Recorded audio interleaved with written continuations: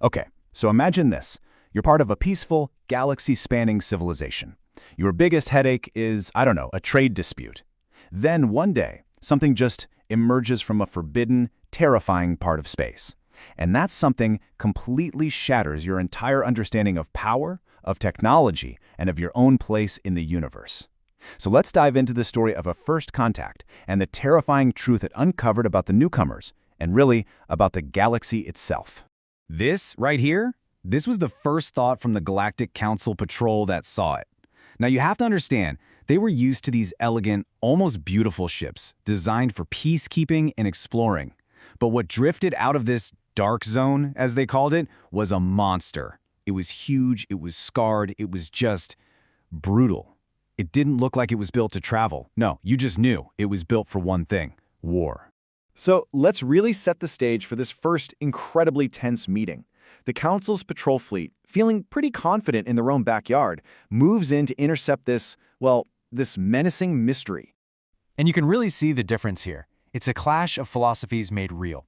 On one side, the Council's ships are these graceful, flowing designs. They represent a society that sees technology as art, something for peace. But the intruder ship, the Retribution, it's the exact opposite. It's pure function. Every single scarred plate and sharp angle tells a story of survival, not luxury. It's like a physical monument to a much, much harsher history. So when the Council hails them, demanding they stop for inspection, like the law says, the response they get is not what they expected. A calm, human voice comes over the comms, introduces herself as Admiral Sarah Chen, and then has the absolute nerve to tell the Council's fleet to stand down in their own space. I mean, can you imagine the shock on that bridge? It must have been unreal. Well, of course, the Council wasn't about to get pushed around. They sent in their most powerful military fleet to enforce the law. But what they thought was going to be a simple police action, it turned into a terrifying lesson about the kind of power they were actually up against. To get her point across, Admiral Chen did something just unbelievable. She targets a nearby asteroid, and this thing is massive. We're talking 1,000 kilometers wide. A tiny little port opens up on the Retribution, a beam of white-hot energy shoots out, and what happens next just breaks all the rules of physics. And after it's all over, Chen drops this line just as calm as you please. And this is the part that you really have to get. The asteroid didn't explode. It didn't break apart or melt. 1 second it was there, and the next it was just gone, vanished. See, humanity had a technology that didn't destroy matter. It unmade it, turned it straight into energy. This wasn't a weapon as the Council understood it. This was like bending the very rules of reality. So, not willing to back down, the Council Admiral decides to play his ultimate trump card. This move right here, this was their ace in the hole.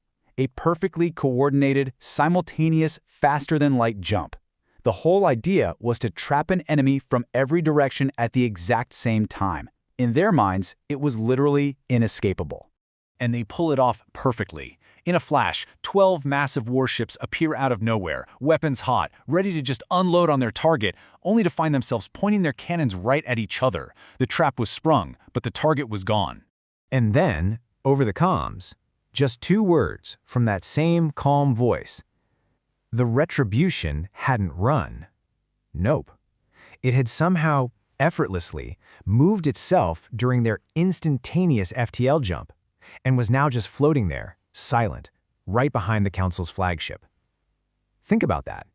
They outmaneuvered an instant maneuver. And this slide right here, this explains how. On the left, the Council's ships. They were the fastest things in the galaxy, a massive achievement.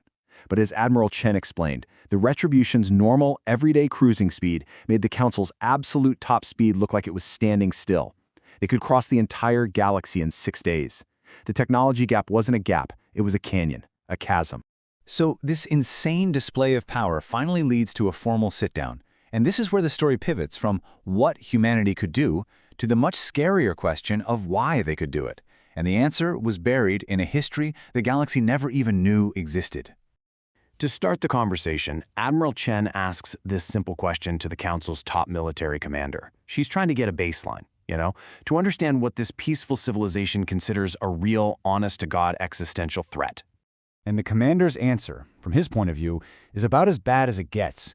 A 20-year civil war that nearly tore their society apart. It was the worst thing in their entire long history, their benchmark for total devastation. But to Admiral Chen, this was, well, tragically small.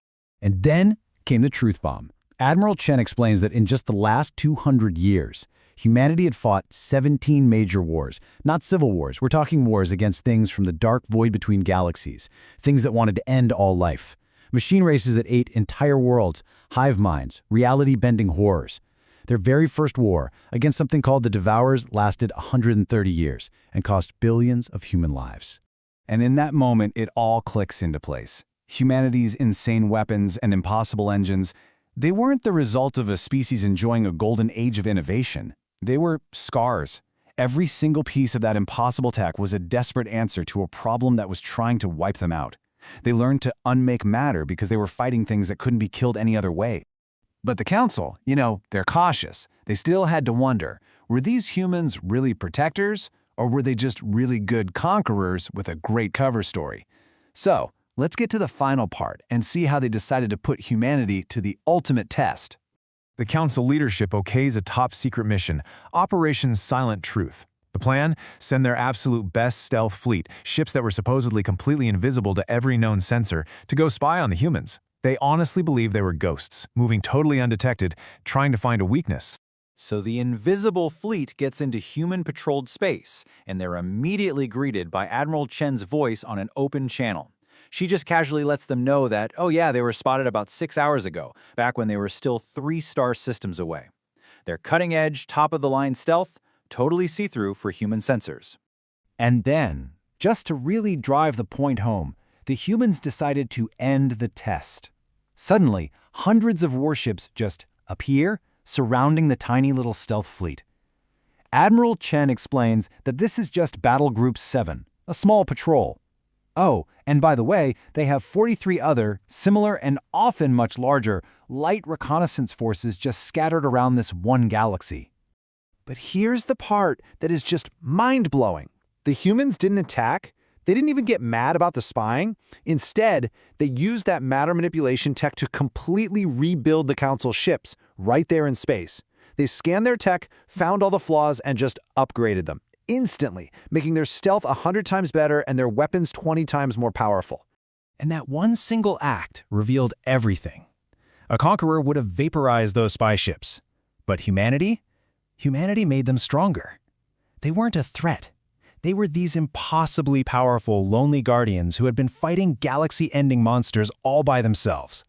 And now, they were trying to prepare their new, clueless neighbors for the storm they knew was coming. And the reason for all of it? It wasn't about showing off or some grand strategy. It was simpler and kind of heartbreaking.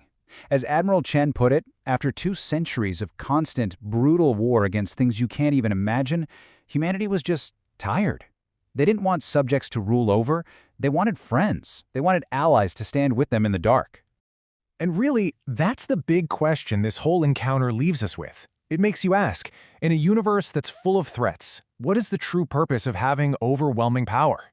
Is it to conquer, or is it to protect the ones who can't protect themselves?